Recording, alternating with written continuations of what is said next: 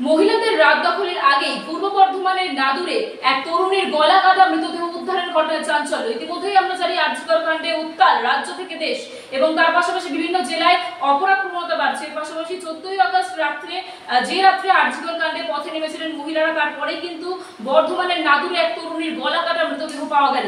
কি হয়েছে এই ঘটনার পিছনে জানবো প্রতিবেদনে। মহিলাদের রাত দখলের রাতে পূর্ব বর্ধমানের নাদুরে আদিবাসী তরুণের গলা কাটা দেহ উদ্ধার। এই ঘটনার তীব্র প্রতিবাদ জানিয়ে এবং দোষীদের কঠোর শাস্তির দাবিতে বিক্ষোভে সামিল হয়েছে আদিবাসী সম্প্রদায়ের মানুষ।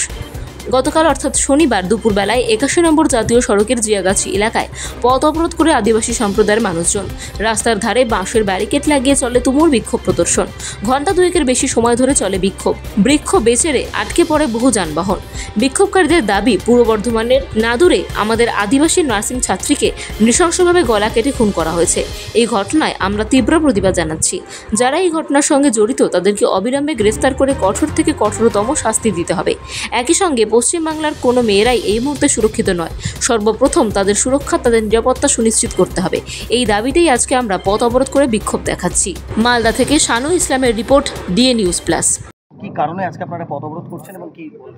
আমরা মূলত আজকে যে বর্ধমান মেডিকেল কলেজে প্রিয়াঙ্কা হাসদার যে মৃত্যু হয়েছে, মানে গণধর্ষণ করে তাকে গলা কেটে মারা হয়েছে, তার প্রতিবাদেই আজকে কিন্তু এই পথ অবরোধ করা হয়েছে। শুধু সেটা নয়, আমরা জানি যে আরজিকর যে মেডিকেল কলেজে যে অ্যাসিস্ট্যান্ট ডাক্তার, মহিলা ডাক্তার, তাকে যে মারা হয়েছে যে হারে, তার প্রতিবাদেও কিন্তু আজকে আমরা পথে নামতে বাধ্য হয়েছি। দাদা, বলছি যে কোথাও কি নিরাপত্তাহীনতায় ভুগছেন আপনারা? এই ক্ষেত্রে মহিলাদের কোনো রকমভাবে নিরাপত্তা প্রদান করা হচ্ছে না? শুধু মহিলারাও নয়, আমি তো মনে করি শুধু মহিলারাও নয়, পুরুষরাও এই নিরাপত্তাহীনতায় ভুগছে।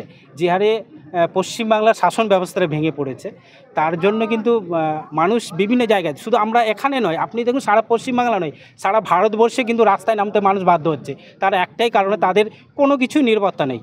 শুধু মহিলা, পুরুষ বা ছোট বাচ্চারাও আমরা দেখেছি মাঝে মাঝে ধর্ষিত হতে হচ্ছে।